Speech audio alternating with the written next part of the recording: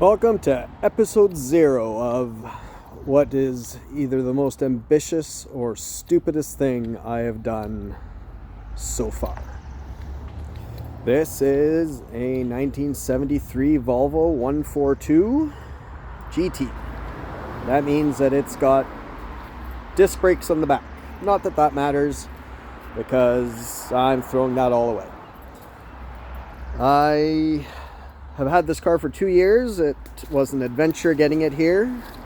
I picked it up out on Vancouver Island,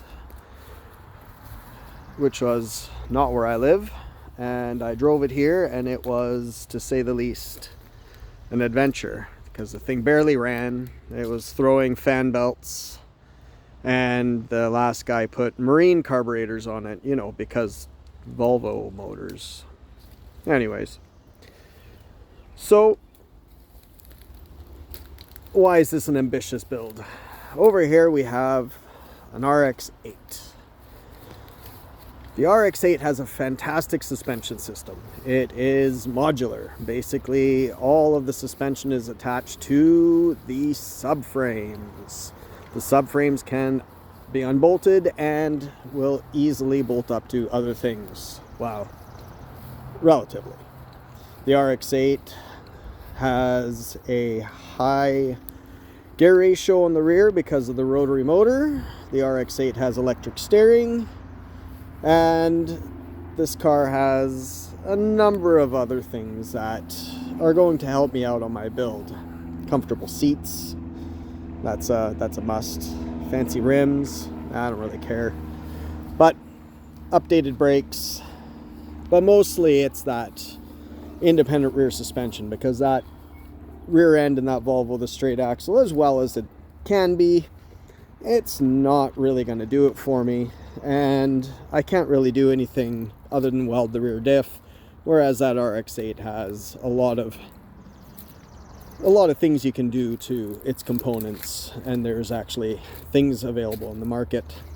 Now, why am I feeling the need to do that? Well, I also picked up an F20C, the motor out of the Honda S2000, complete with the 6-speed transmission behind it, drive shaft, all the wiring, the computer, not that that matters, and it came with a bin full of neat things like the bolt-on supercharger, centrifugal, whatever, intercooler, piping, 1000cc injectors, all sorts of fun stuff. This is the magical location where said build will happen. Up on the shelf there you can see the intercooler, exhaust manifold, some interior, and of course the F20C is sitting here eagerly wanting to be placed for whatever reason in a Volvo. Poor thing has no idea what's going to happen to it. So yeah, I'm a lost Norwegian stuck in Surrey, BC, and I'm gonna have some fun with a Swedish classic. There's gonna be people out there that are gonna be mad at me, because I'm essentially destroying a classic car, but whatever. I'm gonna have fun. That's going to be a cool car. I'm shooting for 500 horsepower. We'll see.